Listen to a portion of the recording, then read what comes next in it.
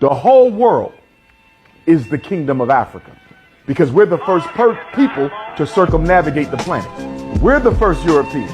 We're the first Asians. We're the first Americans. We're the first everything. We was on every continent before anybody else ever evolved. If you dig long enough, you're going to find black folks everywhere in the beginning. So the whole world is the kingdom of Africa, but the continent is the royal palace. See, here's the problem with us. We got so used to white people doing everything for us that we don't want to do nothing for ourselves. And we've gotten so bad, we don't even know what we should be doing for ourselves versus what we should be fighting them to do.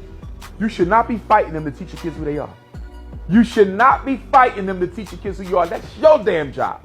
Do we got to fight them for the criminal justice system? Hell yeah. Police brutality? Hell yeah. But fighting them to teach your kids their history when they don't even know it or care about it? You got a church on every other corner. Why can't the black church give out free black history lessons once a week? Because all they care about is money. That's why. Ooh. Do you know that most people go to therapy will never get better? Most depressed, anxious, suicidal, bipolar, borderline, schizophrenic, eating problems, sex problems, pedophiles, most of them will be the way they are to the way that they die. Only 15% benefit from therapy. You feel me? These are people who want to change and they still fall short.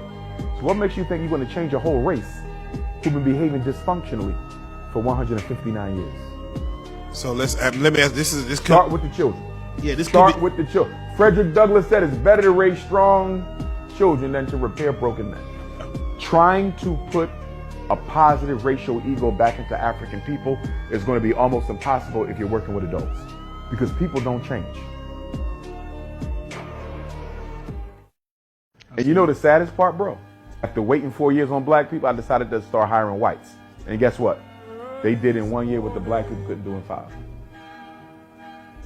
White people overcharged us too, but they finished the work. But let me give you this though. And I can say this now because I'm over it.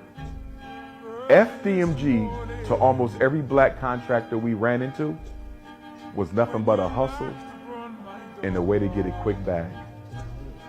When I look back, they simply used us to get money. They didn't care about me. They didn't care about their school. They didn't care about our kids. We were just a quick hustle. Before we got to school, people was all over the internet saying, as soon as he get to school, we're going to do the work for free.